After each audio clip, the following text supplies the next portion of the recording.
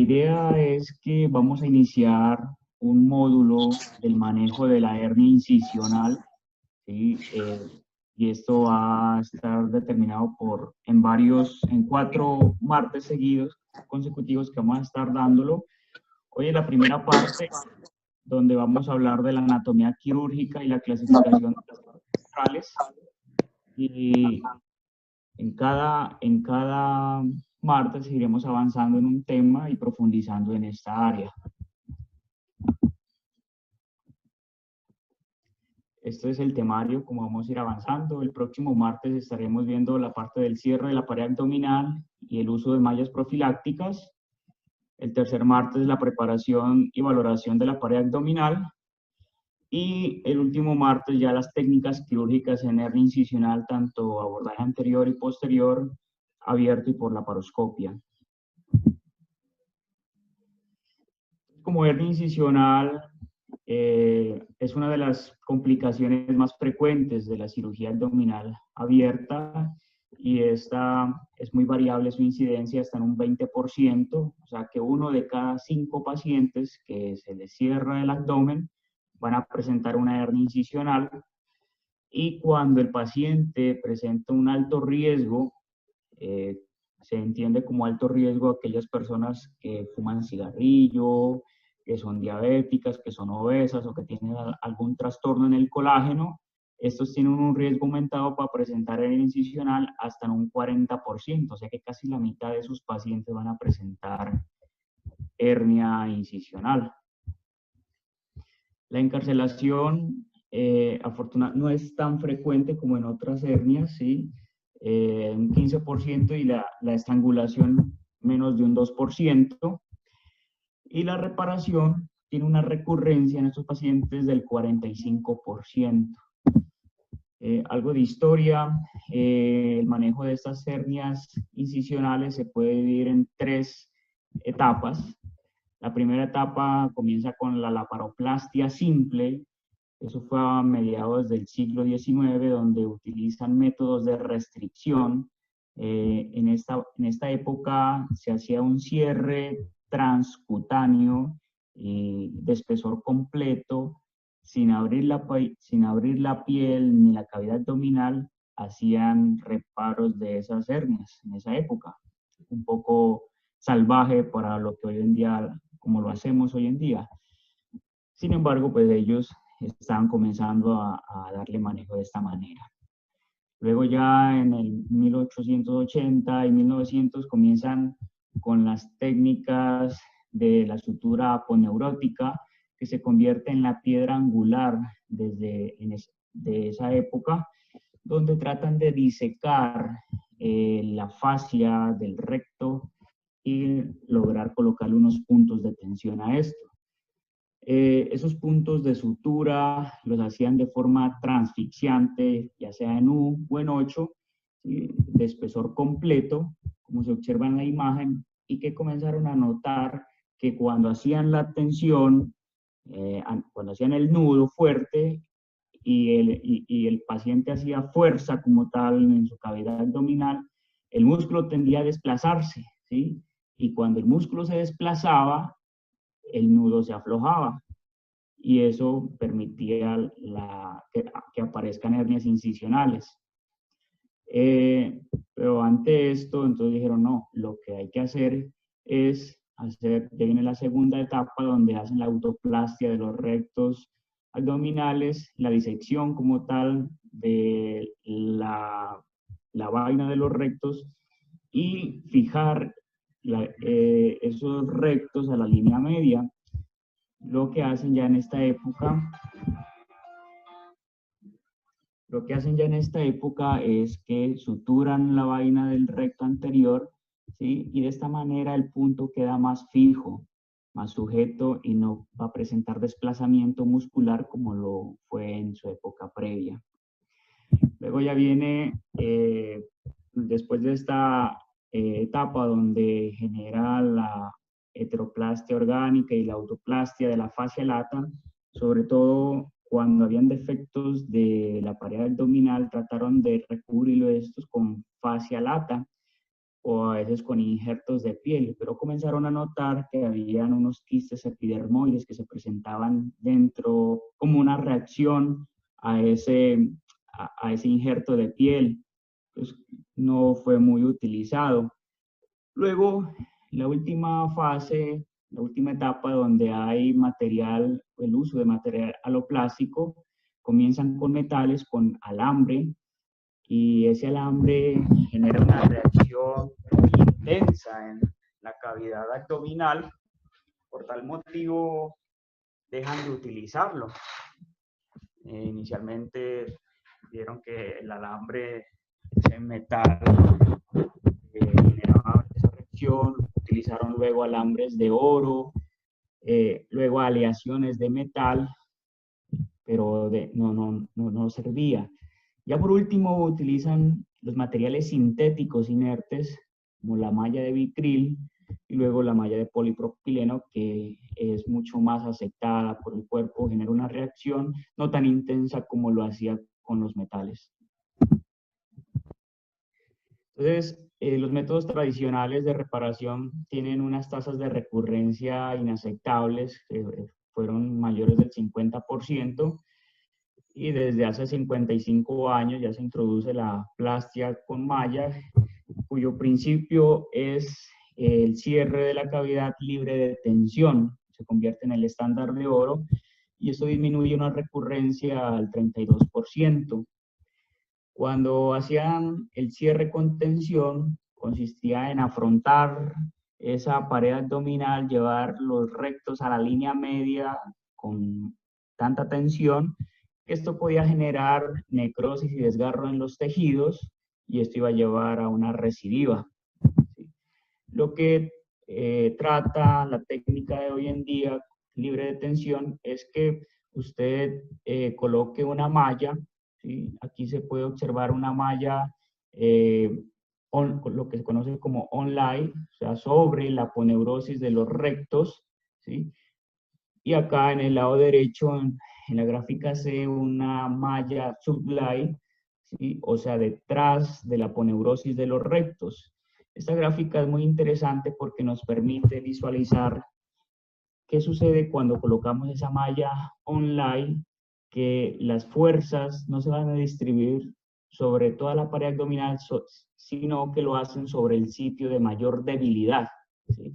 Como en este caso, entonces la presión intraabdominal actúa contra la malla colocada a manera de parche, desprendiéndola y ocasionando una recidiva.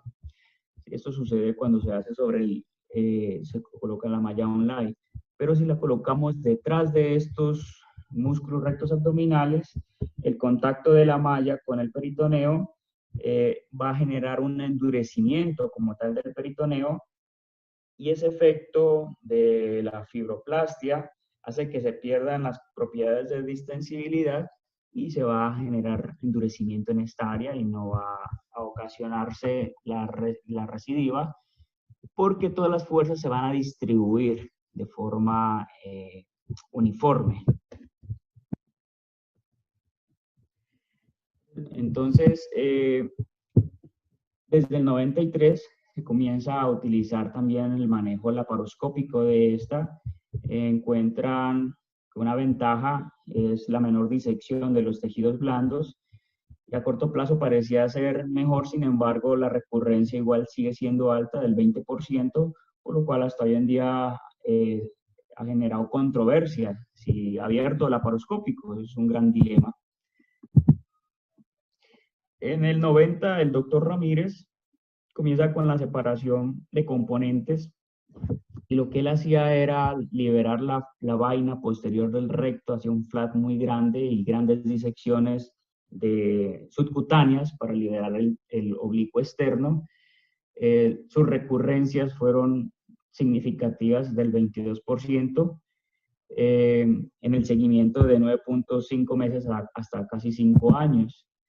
Entonces comienzan a utilizar modificaciones de esta técnica del doctor Ramírez, las modificaciones de colgajos miofaciales, y esto lo que tratan es de conservar, en este caso de la técnica PUMS, que es Periumbilical Perforator Spiring lo que hacen es tunelizar, ¿sí? Tunelizar esa vaina de los rectos, lo hacen de forma percutánea y la finalidad es conservar la irrigación central, ¿sí? Porque en la técnica del doctor Ramírez notan que van a generar algo, la disección es muy amplia y se puede desvascularizar el recto anterior.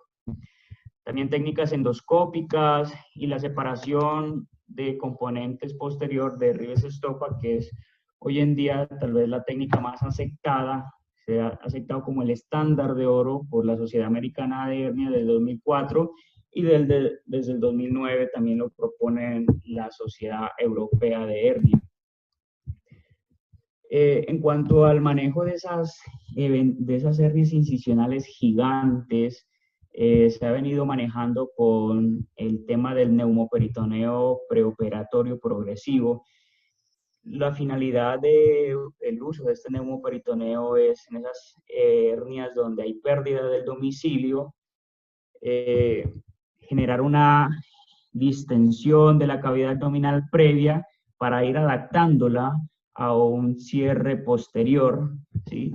Y evitar complicaciones tempranas como la hipertensión abdominal, ¿sí? Esto lo venían haciendo desde el 40 y en el 2009 técnicas como el uso de toxina botulínica, que también va a permitir la relajación de esos músculos de la pared abdominal y cerrar esos defectos sin mayor tensión. También vamos a ver en el transcurso de estos módulos cuál se utiliza más, qué dice la evidencia o si aplicar los dos es mucho mejor. Vamos a ir viendo.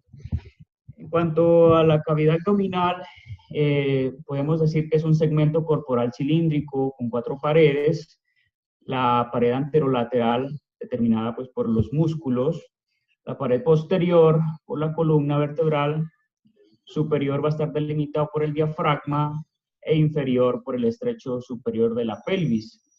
Observamos que tiene una forma de cilindro y ese cilindro permite que todas las fuerzas que se generan dentro de esa cavidad abdominal se distribuyan de forma simétrica por toda esa cavidad.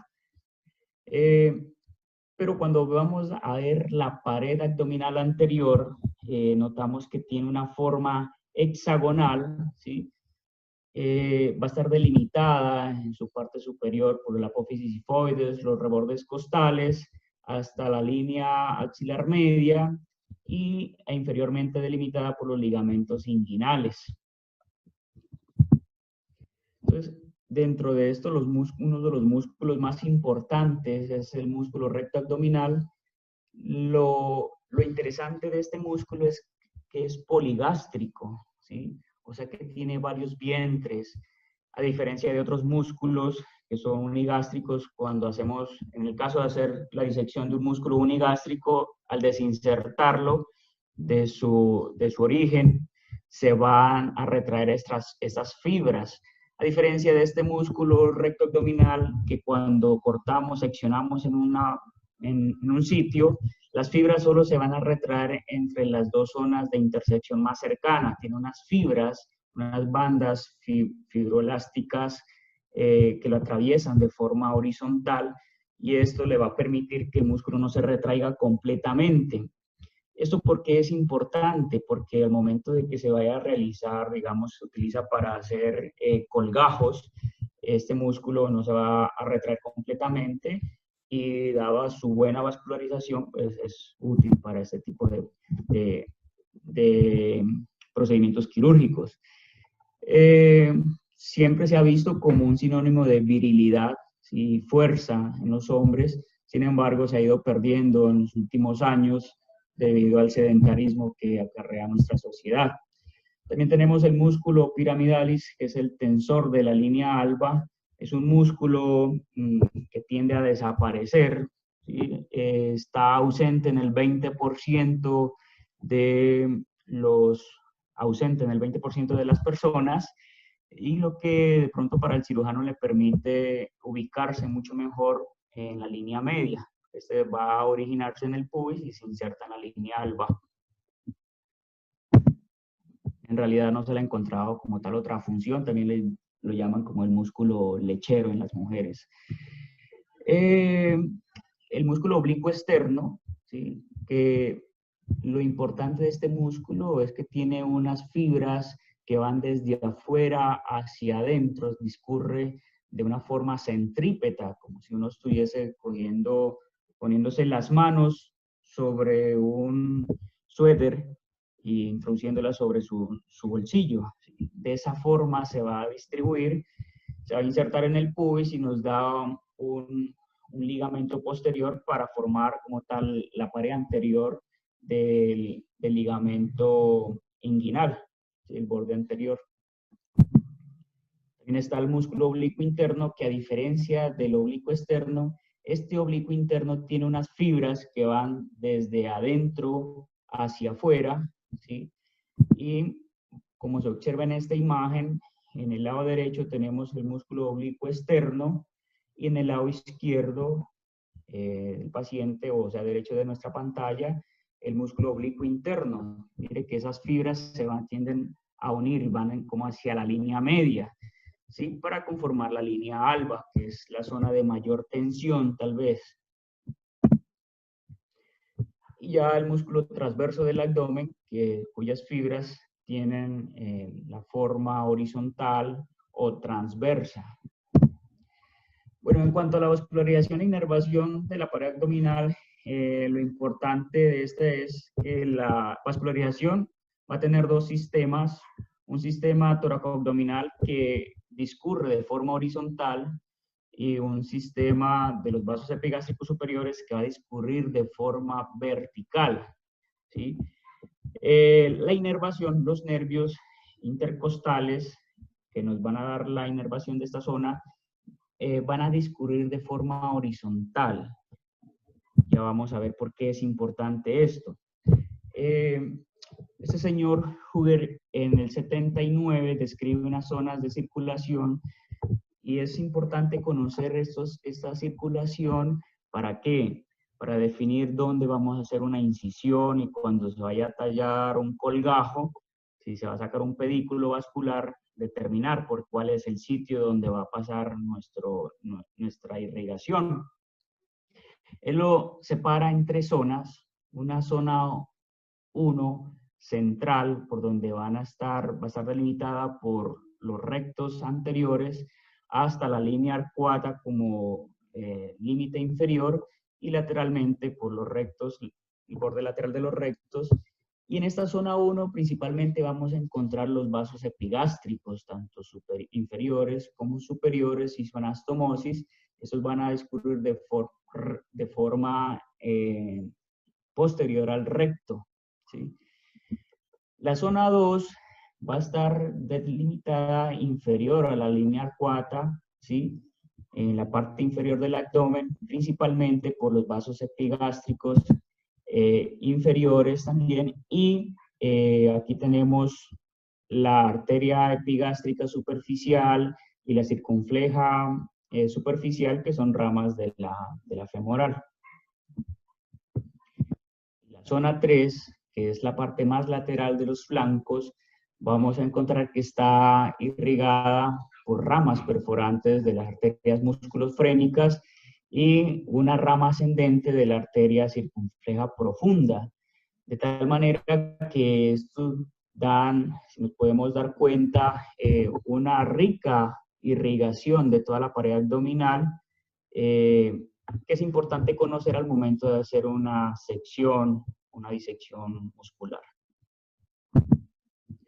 Los nervios, como ya lo había descrito, va a estar determinado principalmente por las últimas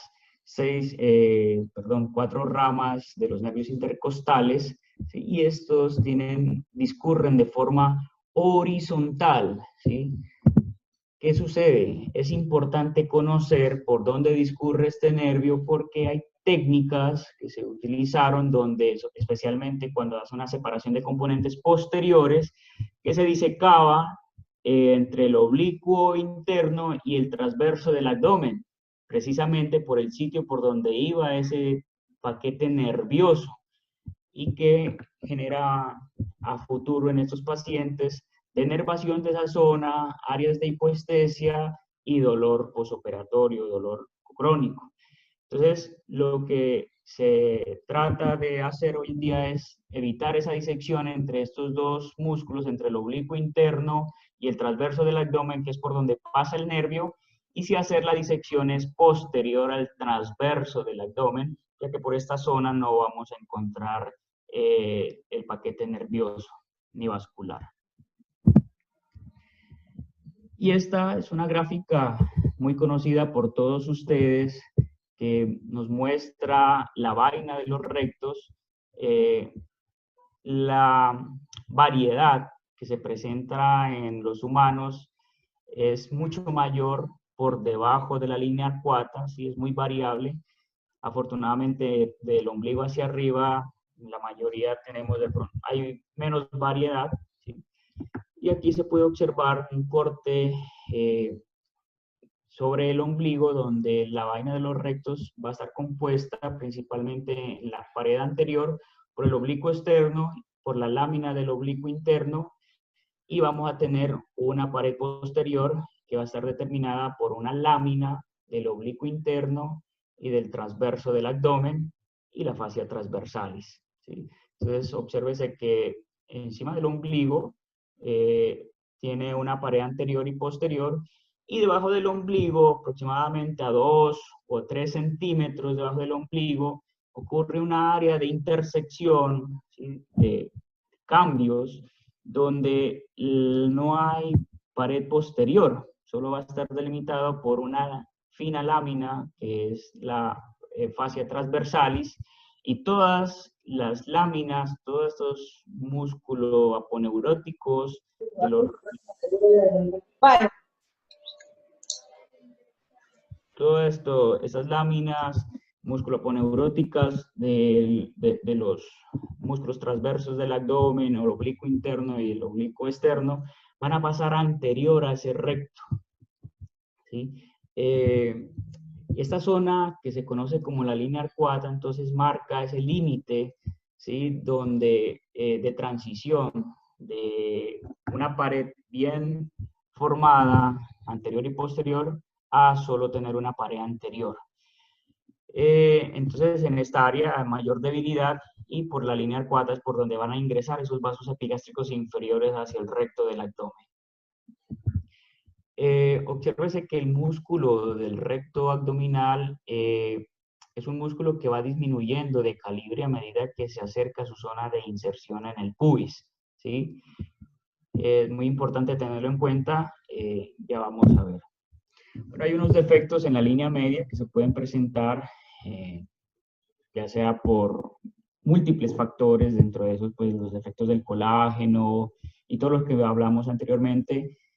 La hernia epigástrica, si se encuentra entre el ombligo y el apófisis sifoides, la hernia umbilical, ¿sí?, o zonas de debilidad como es esa zona de intersección o de unión entre la vaina lateral del recto con esa vaina musculoaponeurótica como tal de los músculos oblicuo externo, interno y transverso del abdomen. Esa línea, esa zona de unión se conoce como la línea de Spiegel, y si vamos a tener defectos a este nivel, que usualmente son por debajo de la línea arcuata, se conocen como hernia spigeliana. Entonces, esto es lo que hoy, en este caso, esta es una representación de una hernia de Spiegel que usualmente se presentan por debajo de la línea arcuata, donde no hay pared posterior, ¿sí? Es una zona de mayor debilidad, y que ante la presencia de grandes presiones intraabdominales asociado a otros factores como debilitamiento de esa pared abdominal, puede presentarse una hernia a este nivel. También hay alteraciones cuando a nivel de la línea media, como en la línea alba, cuando la línea alba se vuelve muy débil, ¿sí?, se vuelve muy débil, muy laxa, vamos a presentar lo que es la diastasis de los rectos. Se considera diastasis o alteración de estos rectos cuando es mayor a 2 centímetros la separación de los dos rectos, y dependiendo del nivel, pues ya vamos a determinar que si es entre 2 y 3 centímetros va a ser leve, entre 3 a 5 moderado el defecto, y si es más de 5 centímetros severo la diastasis de los rectos. En realidad los pacientes con diastasis de los rectos usualmente no presentan síntomas. Ellos se operan más que todo es por aspectos estéticos, porque se observan la bola ahí grande, pero no que presenten síntomas. Y acá en este caso observamos la hernia incisional, la cual se va a presentar posterior a una incisión quirúrgica, ¿sí? ¿Y esto por qué se da? Entonces, cuando tenemos una cavidad abdominal íntegra, todas las fuerzas se van a distribuir de forma uniforme, ¿sí?, en toda la cavidad abdominal. Pero cuando realizamos una incisión, en cualquiera que sea el sitio, en este caso, un ejemplo, en la línea media, hay un proceso de cicatrización, de fibrosis, y esa fibrosis va a disminuir la distensibilidad de esa pared abdominal. Cuando se disminuye esa distensibilidad en la pared abdominal, las fuerzas que ejerce el resto de la cavidad se va a concentrar especialmente sobre esa zona de fibrosis, ¿sí?, que no tiene elastancia. Y al generarse fuerza sobre mayor presión sobre esta zona, va a comenzar a generar debilidad, ¿sí? Y entonces esa debilidad no se va a presentar sobre solo un punto, sino que se distribuye por toda la herida, por toda la zona de fibrosis, lo que terminará generando la propensión hacia la salida de las vísceras sobre esta zona, como en este caso, una hernia que se presenta sobre una incisión previa, generando salida de las vísceras intestinales. Ya para no aburrirlos más, en cuanto a la clasificación de las hernias de la pared abdominal, han habido múltiples intentos frustros para clasificar las hernias incisionales. En el 2000 se intentó, luego en el 2007, un grupo muy amplio de cirujanos expertos se reunieron en Europa y trataron de darle una clasificación inicial, y es en el 2009 como se acepta hoy en día esta clasificación, dado por el grupo de la Sociedad Europea de Hernias, y es la siguiente. Entonces, ellos describen que las hernias de la pared abdominal pueden ser primarias o secundarias. Las primarias son las hernias ventrales, ¿sí?, no incisionales. Estas pueden ser de la línea media o laterales. En cuanto a las de la línea media, tenemos las epigástricas, umbilicales, y las laterales, las hernias de Spiegel o las lumbares. Y las hernias incisionales, pues las que se van a presentar posterior a un procedimiento quirúrgico, después de una incisión, o que se pueden presentar también posterior a traumas penetrantes por arma cortopunzante. Entonces, en este caso, la clasificación de las hernias primarias de esa pared abdominal, aquí tenemos de la línea media, ellos la clasifican dependiendo del tamaño. Si es menor de 2 centímetros como pequeñas, le da una cualidad ya sea de pequeña, mediana, si es de 2 a 4 centímetros, o grande cuando es mayor de 4 centímetros, mayor o igual a 4 centímetros. Entonces recuerden, la línea media, epigástricas, umbilicales, y laterales, la de Spiegel o la lumbar. Entonces acá en esta imagen superior derecha tenemos las hernias posteriores, lumbares. Básicamente son dos. La más frecuente es la hernia de Griffith, ¿sí?, que se presenta en el triángulo superior. La hernia de Griffith se presenta en el triángulo lumbar superior, frecuentemente en el 90% de los casos, y ya lo que es la hernia de Petit, que se va a presentar en ese triángulo lumbar inferior que está delimitado por el oblicuo externo y el transverso del abdomen. Y el dorsal ancho, perdón.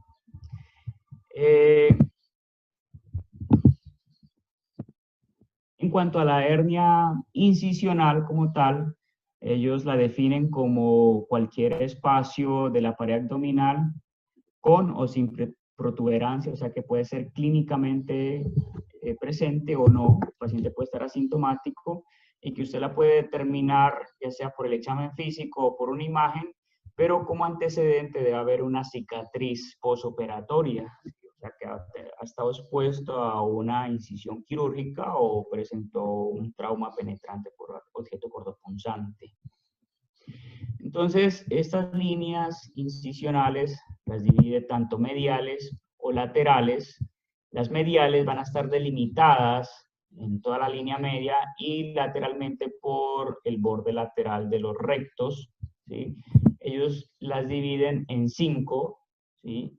Y lo hace de la siguiente manera. Entonces, toman desde la apófisis sifoides los 3 primeros centímetros, los clasifican como M1, lo que anteriormente se consideraría subsifoidea, desde los 3 centímetros hasta 3 centímetros por encima del ombligo, los clasifican como M2, y M3, lo que está por encima 3 centímetros del ombligo o por debajo 3 centímetros del ombligo, sería M3.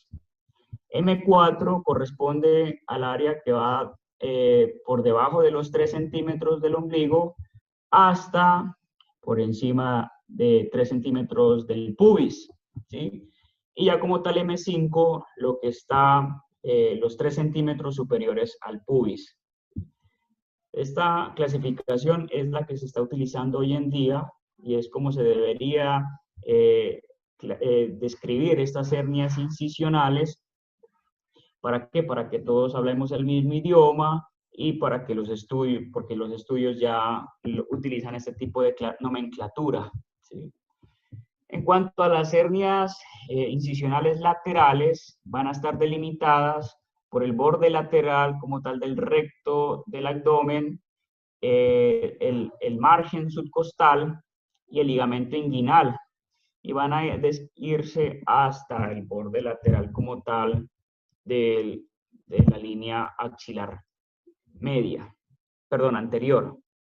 Entonces tenemos el margen, línea axilar anterior, borde lateral del recto y el subcostal y ligamento inguinal. Estas las clasifican L1, L2, L3 y L4. Entonces, L1 es todo lo que está por encima de 3 centímetros del ombligo y que va hasta la línea axilar anterior. L2, la parte que corresponde al flanco, 3 centímetros por encima del ombligo y 3 centímetros por debajo del ombligo, y lateralmente delimitado por la línea axilar anterior. Y L3, lo que corresponde por debajo de los 3 centímetros del ombligo. Ya lo que está posterior a la línea axilar anterior, ¿sí? Posterior a esta línea hasta la región lumbar, ¿sí? Lo vamos a describir como L4.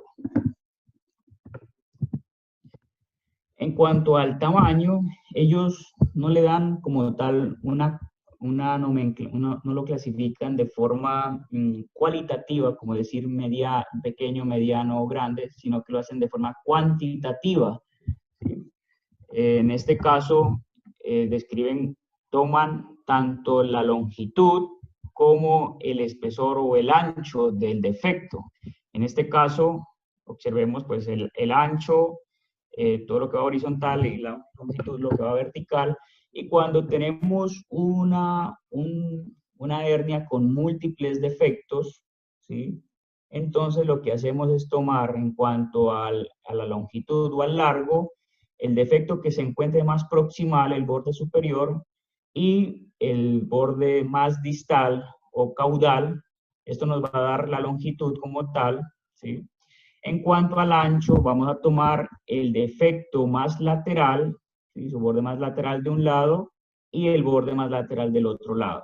¿Sí? Entonces, tengan en cuenta esto, porque es como se clasifican hoy en día y dependiendo de este tamaño o ancho, ¿sí? Como tal, es que clasificamos ya sea W1 menores de 4 centímetros, W2 de 4 a 10 centímetros y W3 mayores de 10 centímetros. Entonces, la pregunta es, la clasificación como tal de estas hernias nos va a corresponder principalmente al tamaño, al ancho de este defecto es el que nos da la taxonomía como tal de estas.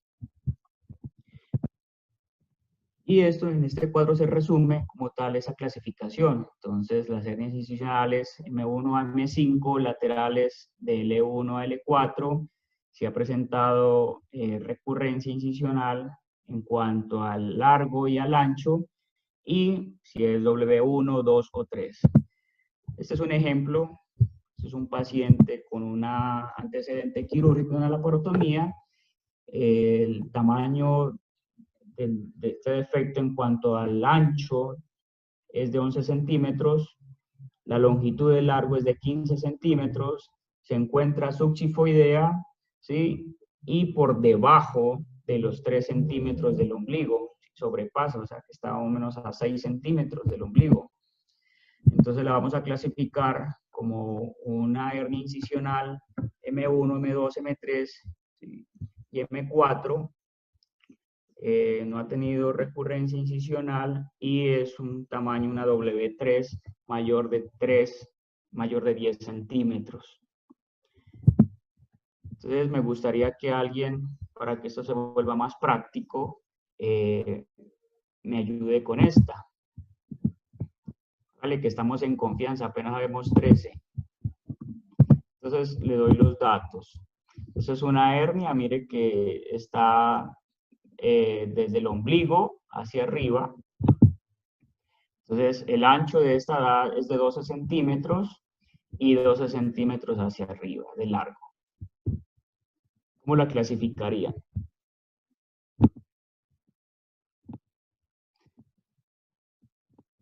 El doctor Manuel Méndez, que ha estado muy juicioso, ¿cómo clasificaría esta hernia? La última parte, yo creo que M3, según la última clasificación. Sí, señor. Entonces, esta uno la describe como M2, M3, ¿sí? Porque comprende varias zonas. Entonces, ahí es donde voy. Tenemos, si comprende solo una zona, listo, M3, pero también comprende la zona de M2 porque está por debajo de 3 centímetros de subxifoideo, o sea, sobrepasa este límite, y comprende dos zonas, M2, M3 y W3 porque es de 12 centímetros. Esta, ¿quién se atreve? Ya le doy los datos. De ancho tiene 4 centímetros y de largo tiene 5 centímetros. Bueno, entonces,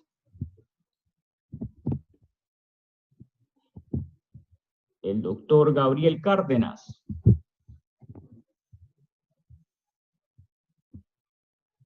¿Cómo describimos, cómo clasificaríamos esta hernia incisional de acuerdo a la nueva clasificación? Sería M2W2.